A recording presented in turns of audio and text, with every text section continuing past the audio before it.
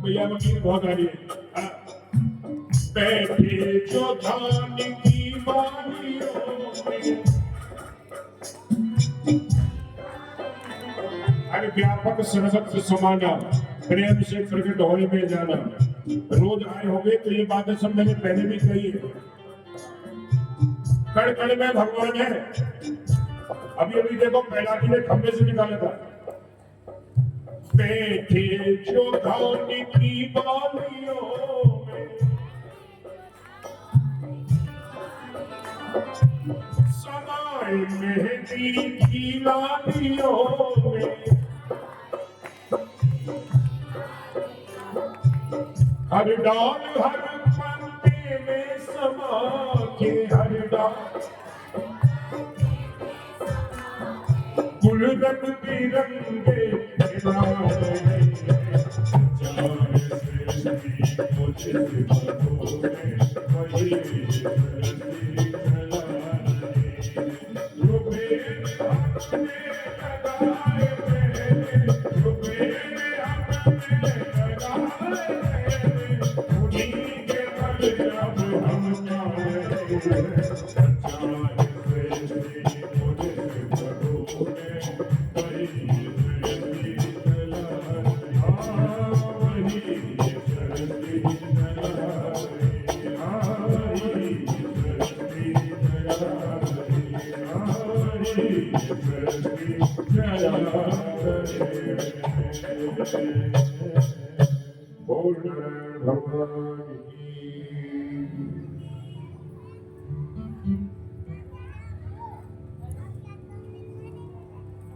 इस प्रकार भगवान ने गजेंद्र का मोक्ष दिया।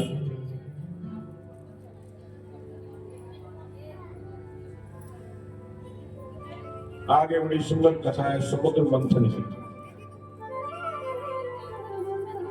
दैत्य और देवता आपस में लड़ते ही रहते हैं। विचार विमर्श हुआ कि हम लड़ते रहते हैं, इससे नुकसान होता है।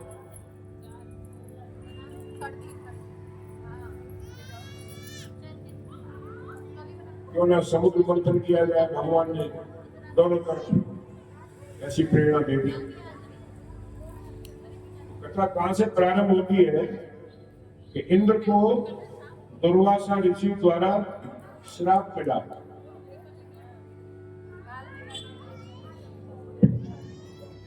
क्योंकि दुर्वासा जी गए भगवान के पास, भगवान ने उनको एक माला दे दी। दुर्वासा ऋषि स्वर्ग में गए तो प्रसन्न हो गए, वो माला उन्होंने इंद्र को पहना दी। इंद्र ने क्या किया, अपने ऐरावत हाथी को पहना दी और ऐरावत अपने पैर से कुचल के डगर पे भगवान के प्रसाद का मान हो गया। ऐसी कथा भी प्राप्त होती है। इंद्र को दुर्वासा ऋषि को जब पता लगा तो श्रीहीन का श्राप मिल गया, श्रीहीन हो जाओ। और इस प्रकार जब देवताओं को पता लगा, दैत्यों को पता लगा कि देवता इंद्र को श्राप मिल गया है, तो स्वर्ग में चढ़ाई कर दी और स्वर्ग में कब्जा हो गया दैत्यों का।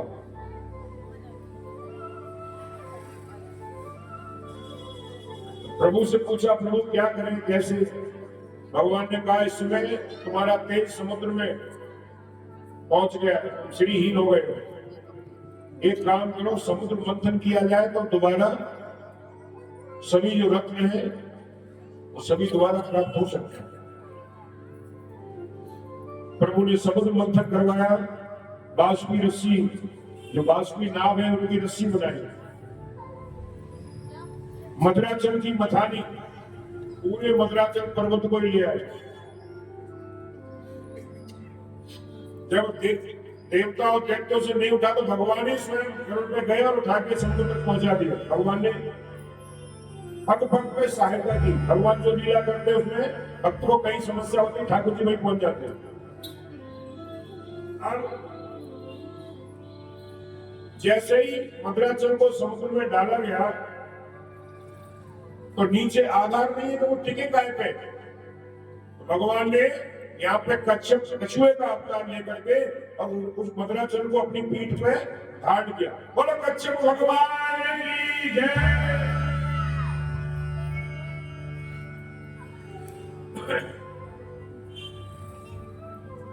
अब मंथन प्रारंभ हुआ, यहां भी बड़ी दिक्कत आई।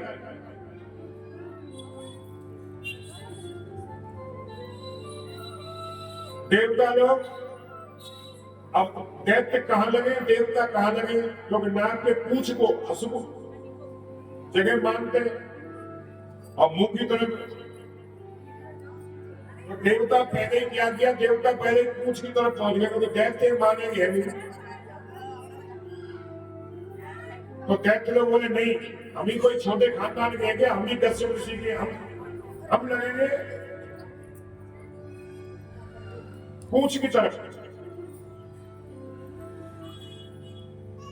तो ये निर्णय हुआ तो देवता उन्होंने दैत्यों ने कहा नहीं, हम पूंछ को अशुभ जगह है, हम तो मुंह की तरफ लगेंगे। भगवान यही चाहते थे कि मुंह की तरफ लगेंगे, पूंछ की तरफ देवता लग गए। मंथन प्रारंभ होना शुरू हो गया। मंथन किया तो और तो कुछ निकला नहीं, पहले निकला विश्व। अब तो सब परेशान हो गए। भगवान से पूछे प्रभु क्या करें। भगवान ने कहा भोले बाबा की प्रार्थना करो, ये विष पीने का स्वभाव नहीं करो, हमको अभ्यास है। तो संपूर्ण जो समुद्र मंथन में जो विष निकला वो हमारे भोले बाबा ने पान किया, जन कल्याण। थोड़ा बहुत कहीं का एक आध बूंद गिरी तो बिच्छू कांकर सांप ये सब ऐसे बने। अब समुद्र मंथन हुआ, कामधेनु ऋषियों को दे दी। उसके बाद धनुष निकला, चंद्रमा निकला, कई तरह के ऋतु निकले। उच्च शर्मा घोड़ा दैत्यों को दे दिया, बलि को। ऐरावत हाथी इंद्र को दे दिया। बंटवारा होना प्रारंभ हो रहा है। कौस्तुभ बड़ी निकली, भगवान को दे दी। कल्प वृक्ष निकला, स्वर्ग में पहुंचा दिया। अप्सराएं निकली, स्वर्ग में पहुंचा दी। लक्ष्मी जी को नारायण ने स्वीकार किया।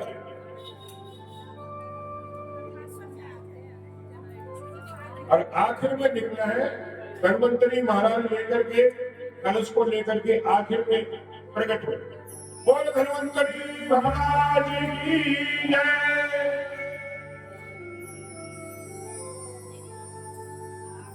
अब जैसे ही धन्वंतरी जी कलश को लेके प्रकट हुए, ये 12वीं मंगलावी समुद्र मंथन में ही निकली है, बड़े दैत्यों को दी गई। 14 रत्न निकले समुद्र से, इसका बंटवारा है विधिवत। तो किसको क्या दिया ये हमें देखना है, किसके लिए क्या है। उसके बाद दैत्यों ने झपट्टा मारा और अमृत कलश को लेकर भाग। अब देवता तो रह गए बेचारे खड़े हथियार।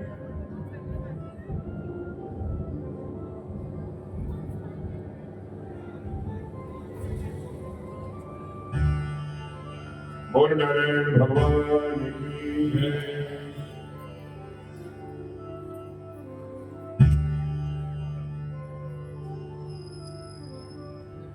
तत्पश्चात भगवान ने बोधि रूप धारण किया, दैत्यों की बुद्धि को विकृत किया। दैत्य इतने मोहित हो गए भगवान के उस रूप पे, पूछने लगे देवी आप कौन हो, क्या हो। भगवान कहते मेरे माता पिता को तो नहीं पता, लेकिन आप मेरी बात मानो तो मैं आपसे बात करूं। दैत्यों ने कहा जो कहोगे हम मानेंगे। फिर बोले आपके देवता भाई हैं, बोला हाँ। दोनों ने मिलकर मंथन किया, बोला हाँ। तो फिर दोनों को पीना चाहिए ना। इस प्रकार भगवान ने ऐसे अपनी मोहिनी विद्या डाली कि दोनों फिर बैठ गए पंक्ति लगा करके। भगवान ने अब भगवान कहते देखो एक बात और है क्या, मैं जिसको तुम मुझे कहोगे बांटने के लिए, तो मैं जिसको जैसे बांटू थोड़ा बहुत कम मानना पड़ेगा। दैत्य को भगवान ने मोहिनी विद्या से ऐसे मोहित कर लिया कि सब कुछ उनकी मानने लगे। अब भगवान ने कलश को देखा भगवान कहते हैं ऊपर तो पतला पतला है, नीचे गाढ़ा गाढ़ा है, पहले में देवताओं को खिला देती। मोहिनी इतने सुंदर बन के आए ठाकुर जी कि जो दैत्य है ना, उनकी नजर भगवान से दूर हटी नहीं रही। उनको रूप सुधा का पान करा रहे, इनको अमृत सुधा का पान करा रहे। सभी देवताओं को भगवान बारी बारी से अंजलि में डालते जा रहे हैं। सूर्य चंद्रमा के बीच में राहु आके बैठ गया, उसने भी पान कर लिया। सूर्य चंद्रमा ने बता दिया प्रभु ये तो दैत्य है। भगवान ने सुदर्शन चक्र से उसका राधे राधे कर दिया। अब दो हो गए, राहु और केतु। भगवान को रोक दिया, देवता बस महाराज रुक जाओ, कितने हो जाएंगे। भगवान उनसे फिर अंतर ध्यान हो गया। इस प्रकार भगवान ने बड़ी सुंदर लीला की। बोल मोहिनी भगवान की जय।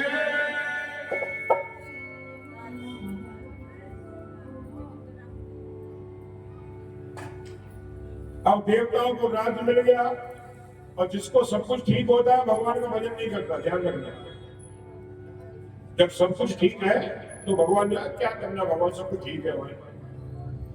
कई लोग ऐसा करते हैं।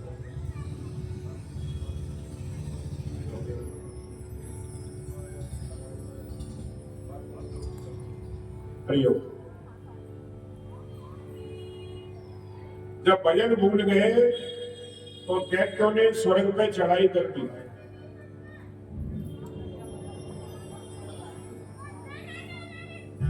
लेकिन देवताओं ने क्या किया था, अमृत पान कर रखा था, इसलिए दैत्यों को काफी नुकसान पहुंचा।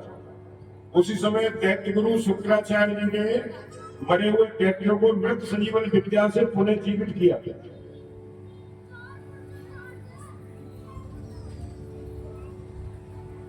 फिर बलि उस समय त्रिलोकी के राजा बन गए।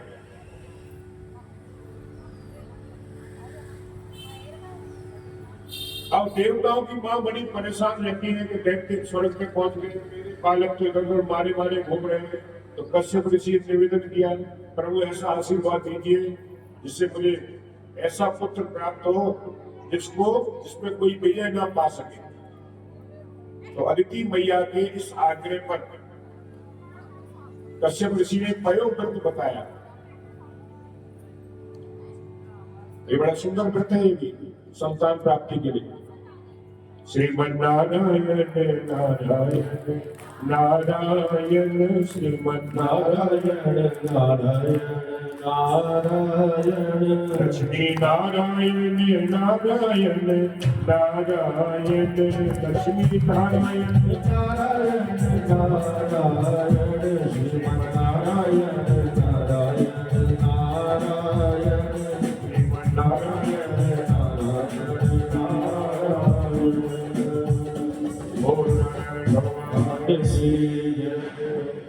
जय जय श्री राधे, जय जय श्री राधे।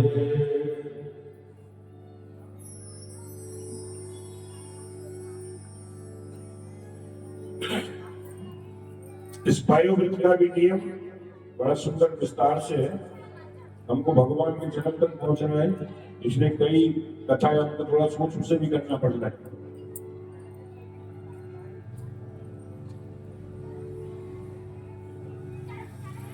इसमें दूध पी के ही माताओं को रहना पड़ता है, सिर्फ व्रत करना पड़ता है। और जहाँ सूकर इत्यादि लौटते हैं वहाँ थोड़ी मिट्टी लाके भी पूजा में रखना पड़ता है, उससे औंगन वगैरह थोड़ा सा लगा लेते हैं। ये बड़ा सुंदर व्रत है, विस्तार से जानना है तो आप इसको जान सकते हैं। अष्टम स्कंद में है। इस प्रकार अदिति मैया ने कश्यप ऋषि के बताए हुए पयो व्रत को किया, तो उनके यहाँ प्रतिपदा से त्रयोदशी तक होता है। प्रतिपदा को समझते हो, पड़वा शुक्ल पक्ष की, और उससे शुरू होकर के त्रयोदशी तक करना चाहिए। फिर भगवान का पूजन इत्यादि हवन ये सब बताया गया विधि विधान से।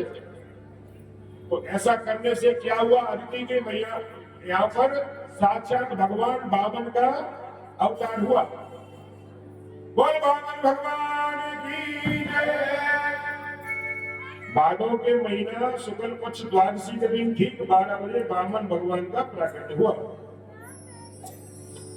मां अदिति ने कोपीन पहनाई, गुरुदेव बृहस्पति जी ने जनेऊ यज्ञोपवीत संस्कार किया, दिशाओं के स्वामी ने छाता, ब्रह्मा जी ने कमंडल, सप्तऋषियों ने कुशा उनके भगवान के श्री चरणों में अर्पित की और सभी ने निवेदन किया, प्रभु आपका जिस प्रयोजन से अवतार हुआ है उस कार्य को करो।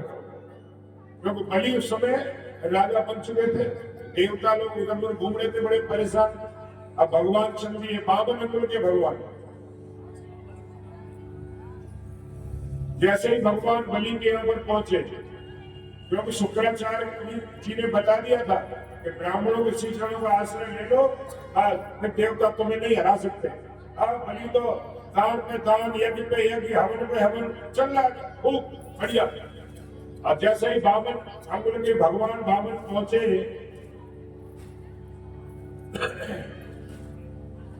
तो आज बलि ने कहा कि ऐसे इससे पहले कोई ऐसे ब्राह्मण नहीं आए, कोई ऐसे सुंदर संत भी नहीं आए। तो आज भगवान को बड़ा सुंदर प्रणाम किया। देखो भगवान अपने तेज को कितना भी छिपाए, लेकिन वो भक्त लोग उनको पहचाने जाते हैं। तो बलि के हृदय में ऐसी जिज्ञासा हुई कि इनका सम्मान खूब करना चाहिए, भगवान का स्वागत करते। स्वागतम ते नमस्तुभ्यं ब्रह्मनित्यंतरवर्तते ब्रह्मविषीणां तपये साक्षात् मन्ये त्वारि वपुर्धर। बामन भगवान का पहले स्वागत किया और फिर कह दिया, ब्राह्मण देव आप जो मांगना चाहो वो मैं दूंगा, क्योंकि आप लोगों के आशीर्वाद से ही मेरा ऐसा आनंद हो रहा है।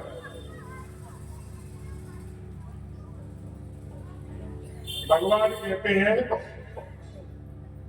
देखो भाई हम तो संतोषी ब्राह्मण हैं, हमको तो 2 पग भूमि दे दो। तो बलि तो कहते हैं, कहो तो आपका विवाह करवा दें, कहो तो आपका सुंदर आश्रम बनवा दें। भगवान कहते विवाह क्यों करें? अरे विवाह दुनिया करती है महाराज, सब ब्राह्मण विवाह करते हैं।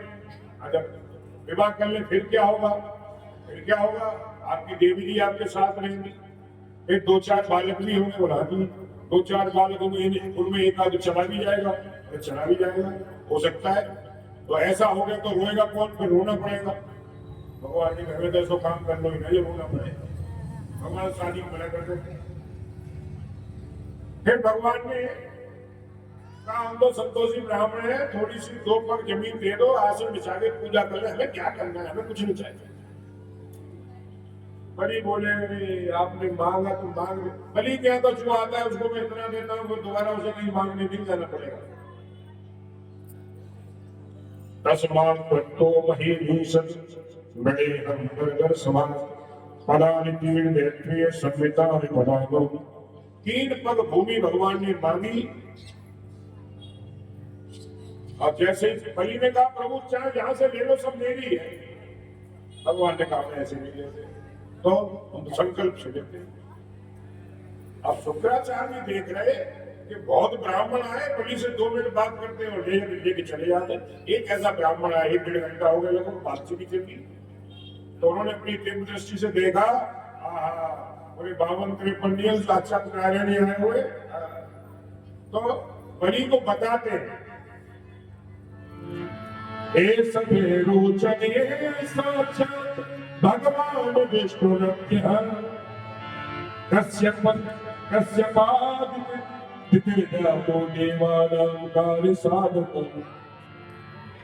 ऐसा बेलोचने साक्षात भगवान विष्णु।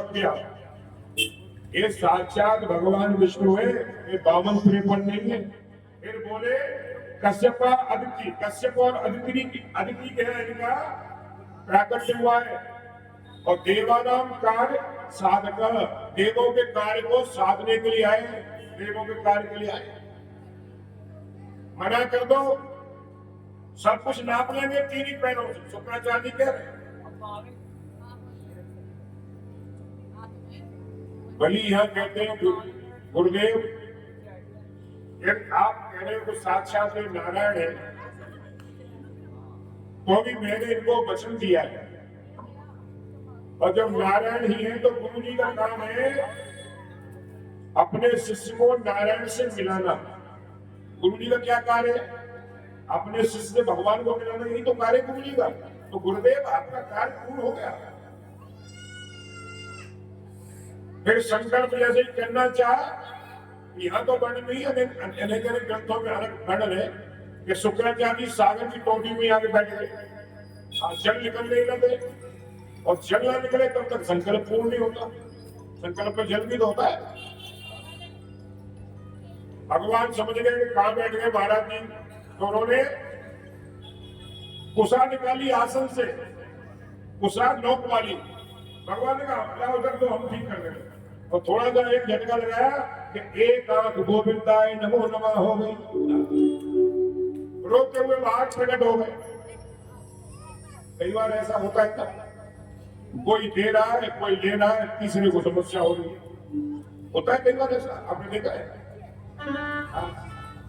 कोई किसी को कुछ देना चाह रहा है और तीसरे को न लेना है ना देना, उसको तकलीफ रहती होगी।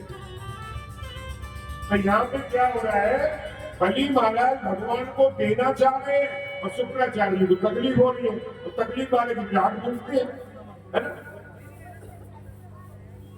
अब शुक्राचार्य ने श्राप दे दिया, जाओ तुम गुरु जी की नहीं मान रहे हो, अपनी करनी को भोगोगे। फिर भी यहाँ पर बलि ने संकल्प बोला, और जैसे संकल्प पूर्ण हुआ, भगवान ने कहा, कह दिया प्रभु नाप लो, तीन पग जहां से नाप ले।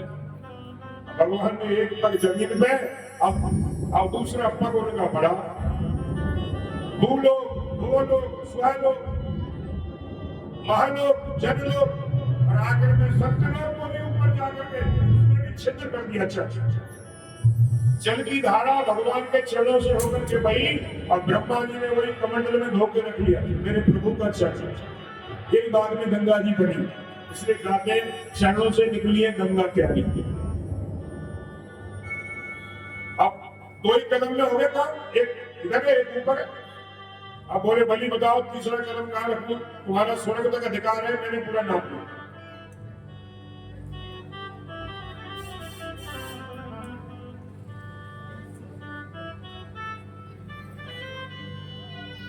या तो संकल्प पूरा करो, नहीं तो बड़े पास में बांधा जाएगा आपको। फिर बलि महाराज की देवी कहती है, प्रभु राज्य से बड़ा राजा होता है, तीसरा कदम आप इनके सिर पर रखें। इस प्रकार भगवान ने तीसरा सिर पर रख करके बलि के संकल्प को पूरा किया, बलि को बंधन मुक्त किया। अब देखो भगवान गए थे बलि को ठगने, लेकिन भगवान स्वयं ठग गए। कैसे? भगवान कहते बलि मैंने जो मांगा वो तुमने दिया, तुम्हारी भक्ति पूर्ण हो गई, अब तुम मुझसे कुछ मांगो। भगवान कहते मैं क्या मांगू, और जो आपका मन करे। बलि स्वर्ग के राजा बनना चाहते हैं, और भगवान ने भेज दिया उनको सुपर लोक, बोला नीचे जाके सुपर लोक में राज करो, अगले मनमंत्र में तुमको ही मैं इंद्र बनाऊंगा। तो बलि ने क्या मांगा? बलि कहते प्रभु मैं सुपर लोक में तो रह लूंगा, लेकिन मैं जिस दरवाजे से निकलूं वहां पर आपके इसी रूप के मुझे दर्शन होना चाहिए। भगवान आज भी वहां द्वारपाल है, तीनों रूप से 4 महीने की ड्यूटी कर रहे। अब 4 महीने लगभग होने वाले हुए, नारद जी पहुंचे लक्ष्मी मैया के पास। आज ठाकुर जी दिखाई नहीं दे रहे, कहाँ है मैया? तो पता नहीं बलि गया गए थे, तब से लौटे नहीं है। तो नारद जी कहते लौटेंगे भी नहीं, क्यों? तो द्वारपाल का पहरा करते। अब लक्ष्मी मैया गई, देश बदल के बलि के यहाँ पर बैंक बना लिया बलि ने। उसके बाद रक्षाबंधन का दिन आया, भाई कुछ न कुछ देते हैं अपनी बहनों को। लक्ष्मी मैया बोली भैया जो मांगोगी वो दोगे? बोले बहन तुम जो मांगोगी वो दूंगा। लक्ष्मी मैया कहते हैं तेरे द्वारपाल को ही मुझे दे दे। इस प्रकार लक्ष्मी मैया भगवान को वहां से छुड़ा के लाए, लेकिन ठाकुर जी आज भी ड्यूटी करते हैं। श्रीमन नारायण नारायण नारायण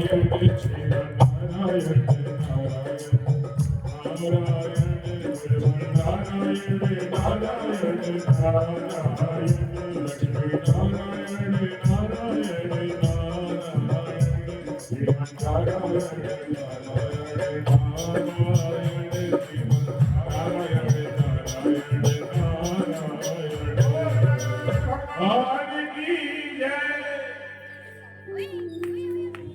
बड़ी सुंदर कथा है, सूर्यवंश की कथा। ब्रह्मा जी के पुत्र मरीचि हुए और मरीचि के पुत्र कश्यप, कश्यप के हुए सूर्य विवस्वान। सूर्य वंश इनसे ही प्रारंभ होता है। सूर्य के वैवस्वत मनु और वैवस्वत मनु के हुए सुदुम्न।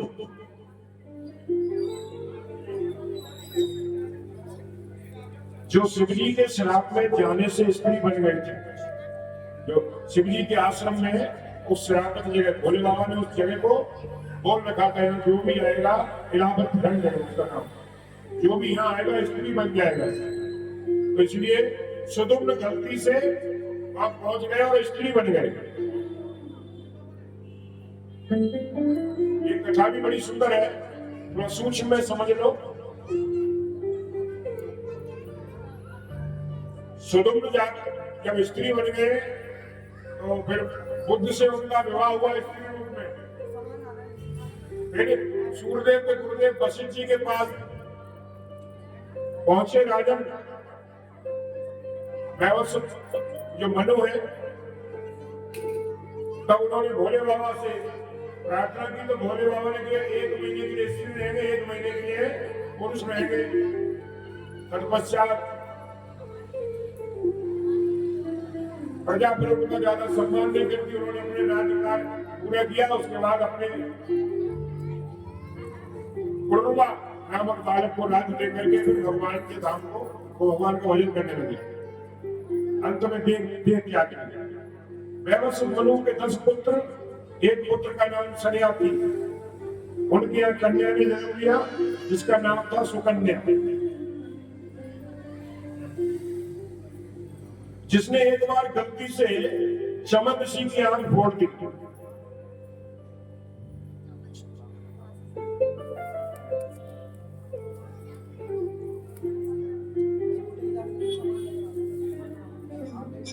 सरियाती को जब पता लगा, क्योंकि सभी जो प्रजा है जो राजा के साथ गए थे, उन सबका मलमूत्र इत्यादि रोक दिया चमन ऋषि की उस शक्ति ने, भजन के प्रताप से। तब पता लगा गलती किससे हुई है, पता लगा सुकन्या ने कर दिया। चमन ऋषि तपस्या कर रहे थे, इतनी तपस्या की कि तीमक जम गई थी, उसमें तो थोड़े थोड़े जुगनू की तरह 2 आंखें चमक रही थी। सुकन्या छोटी कन्या है, समझ में नहीं आया, उसने एक कांटा लेकर के दोनों आंखों को फोड़ दिया। अपराध हो गया।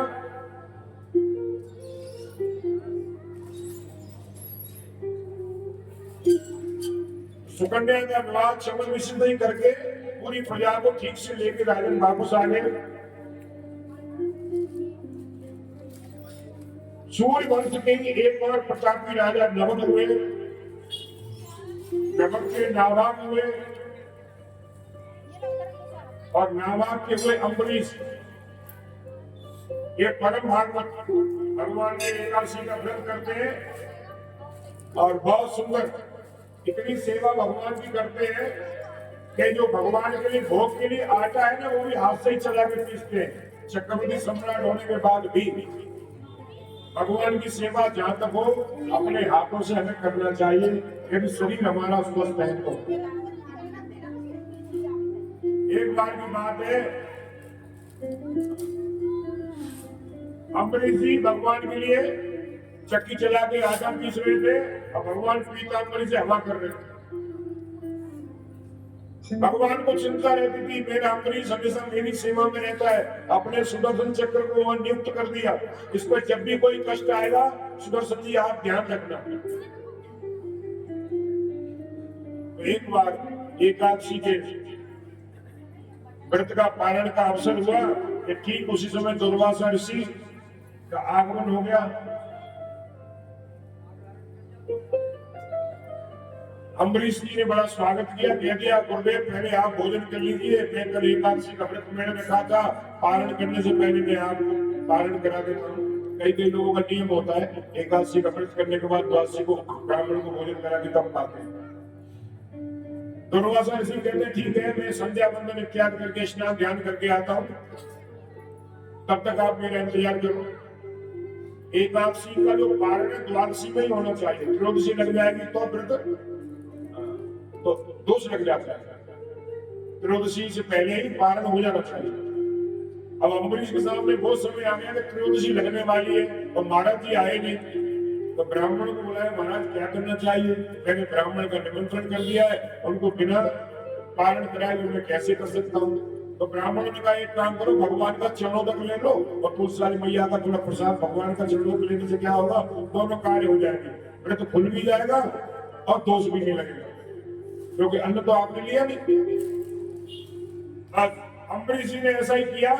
इतने में दुर्वासा ऋषि आ गए और उन्होंने समझा कि इन्होंने पा लिया। तो ब्राह्मण का निमंत्रण करते हो पहले खुद पा लेते हो। तो उन्होंने क्या किया, अपनी जटा से कृत्या नामक राक्षसी उत्पन्न कर दी। सुदर्शन जी वहीं पर नियुक्त गए, उन्होंने कृत्या का राधे कर दिया। अब सुदर्शन चक्र दुर्वासा ऋषि के पीछे पीछे चलता। दुर्वासा ऋषि कभी ब्रह्मलोक जाते हैं, कभी भगवान के लोग जाते हैं, घूम रहे चारों ओर, सुदर्शन पीछे लगा। एक वर्ष होगी पूरी, भगवान के पास पहुंचे।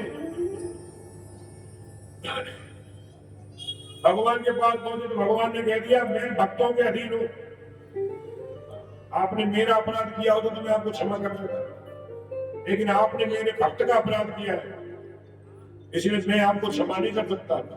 तो प्रभु क्या शरणागति आज सार्थक नहीं होगी? आपकी शरण में तो जो भी आता है उसे निर्भयता मिलती है। भगवान कहते हैं यहां मैं फंस जाता हूं, मेरे भक्त का आपने अपराध किया है, इसलिए मैं आपको रास्ता दिखा रहा हूं, वहीं जाकर के आप क्षमा मांगो। और सुदर्शन चक्र पीछे पीछे भगवान ने समझा दिया। इस सुदर्शन चक्र को आपको मारना होता तो अभी तक आप ऐसे नहीं घूम रहे होते, ये आपको कुछ समझाना चाहते हैं, जाओ वहीं। तो दुर्वासा ऋषि वहीं आए और जाकर के जैसे अम्बरीश जी के चरणों में झुके, अम्बरीश जी ने बोले महाराज उल्टी करना ना भाव, हम तो क्षत्रिय हैं, राजा हैं, हम तो हमेशा ब्राह्मणों से प्रेम करते हैं और सुदर्शन चक्र शांत नहीं हो रहे। तब अम्बरीश जी ने सुदर्शन चक्र की बहुत स्तुति की, निवेदन किया। उसके बाद कह दिया मैंने मनसा वाचा कर्मणा, इस ब्राह्मणों से कभी कोई दोष रखा हो तो आप शांत हो जाओ। तब जाके सुदर्शन चक्र शांत हुए और फिर तब तक अम्बरीश जी 1 वर्ष तक ऐसे ही खड़े रहे, उन्होंने जलपान नहीं किया, ऐसे भगवान के भक्त। इस प्रकार इस कथा को श्रवण कराने के पश्चात आगे सूर्यवंश में ही एक परम यशस्वी राजा हुए यमनासुर। इन्होंने पुत्र के लिए यज्ञ किया, अभिमंत्रित जो जल है वो रानी की जगह राजा ने पी लिया। चरू में जो कलशों में जल रखते हैं ना, वो जल रानी के लिए बनाना था, लेकिन पी लिया। रात को उठ के राजा ने गलती से प्यास लगी तो अब राजा ने पी लिया, तो जो गर्भ देवी जी को होना था वो महाराज को हो गया। तो उनके जो पुत्र हुए उनका नाम हुआ मानधाता। मानधाता के हुए मुचकुंद, और मुचकुंद के आगे जाकर के त्रिवंदन के हुए त्रिशंकु, त्रिशंकु के हुए महाराज हरिश्चंद्र, जिनकी कथा बड़े भाव से सुनते हो। विश्वामित्र जी ने जिनकी परीक्षा ली वही हरिश्चंद्र सूर्यवंश की राजा थे।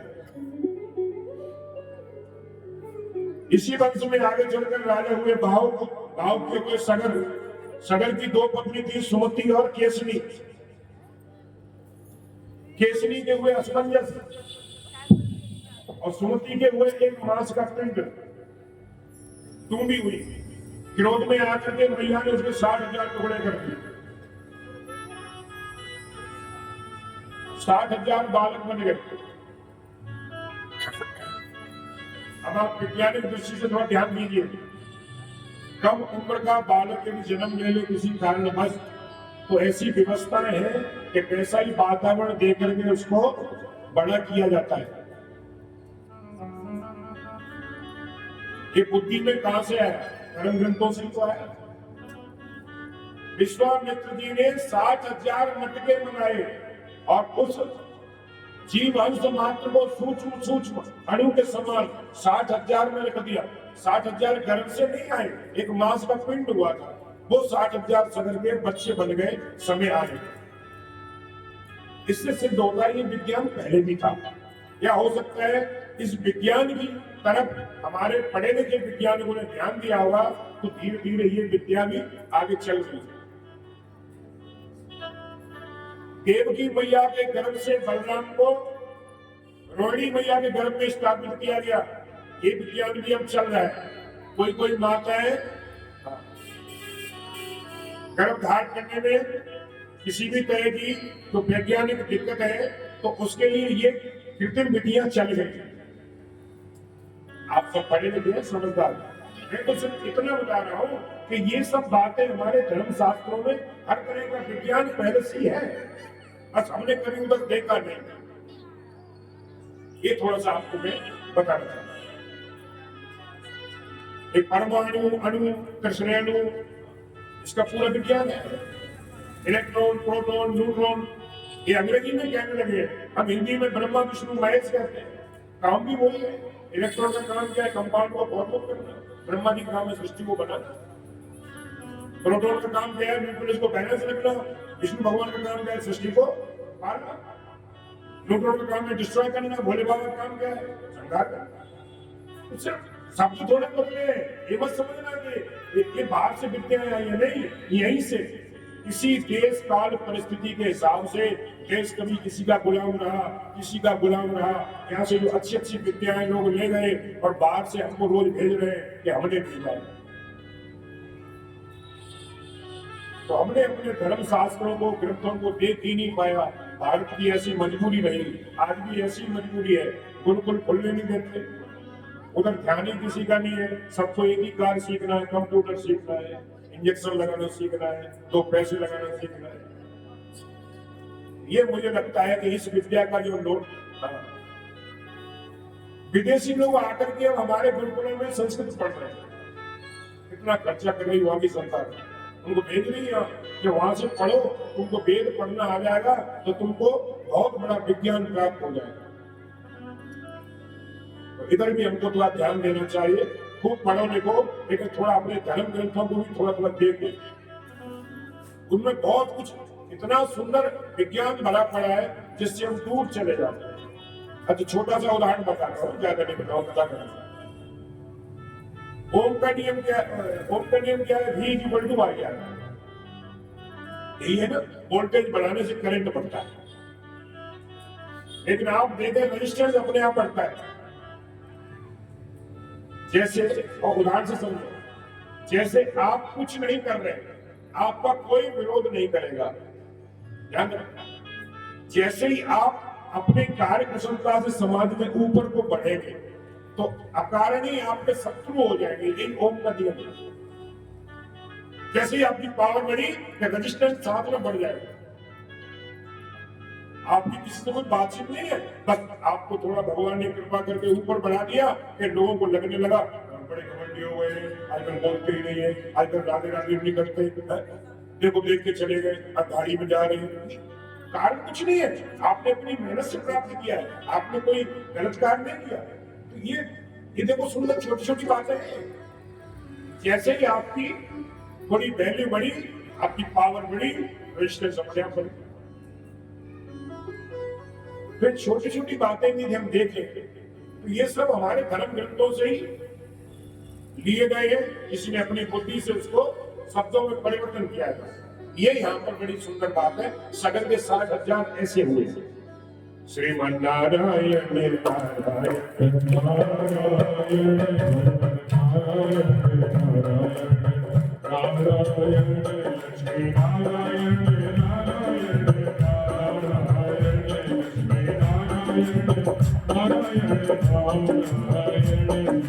नारायण नारायण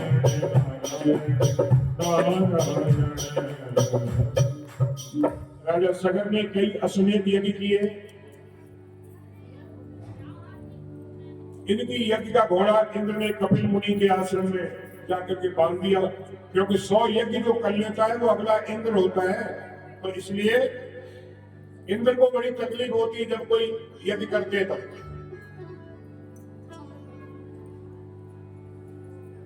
कपिल मुनि के आश्रम में घोड़ा बांध दिया। अब सगर के 60,000 ने घोड़ा ढूंढना प्रारंभ किया। खोदना खोदना, कहाँ घोड़ा है, कहाँ कहीं मिला ही नहीं।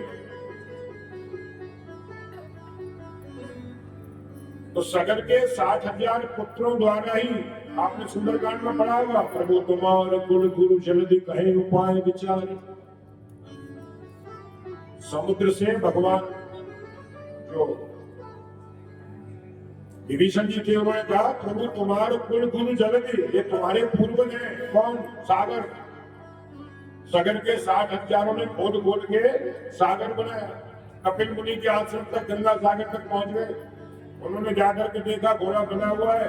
कह दिया जो कैसी मिर्जा समाधि लगाए हुए, खुद ही घोड़ा चोरी करके लाए और हमारे तो आंख बंद कर ली। कपिल भगवान को बहुत भला बुरा कहा, वो तो समाधि में थे। तो जैसे ही उन्होंने नेत्र खोले कि 60 के 60,000 राधे राधे हो गए। बोल कपिल भगवान की जय।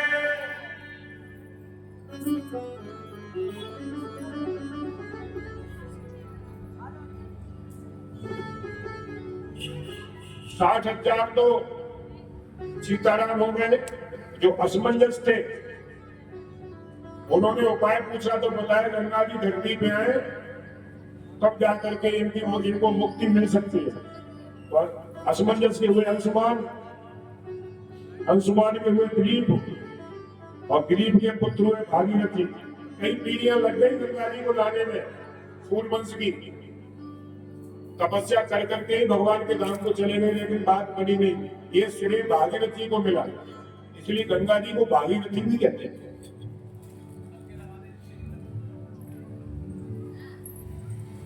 बहुत दिनों तक गंगा मैया की तपस्या की, तब गंगा मैया प्रसन्न हुई।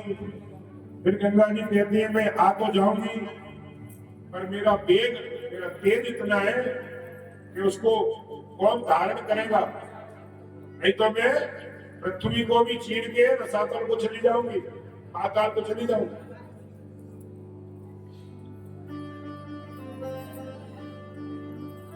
फिर भोले बाबा की स्तुति की बहुत दिनों तक भागीरथी ने। भोले बाबा प्रसन्न हुए। भोले बाबा ने कह दिया ठीक है, आप गंगा जी को कहिए कि वो आए। और गंगा जी मैया वहां से आई।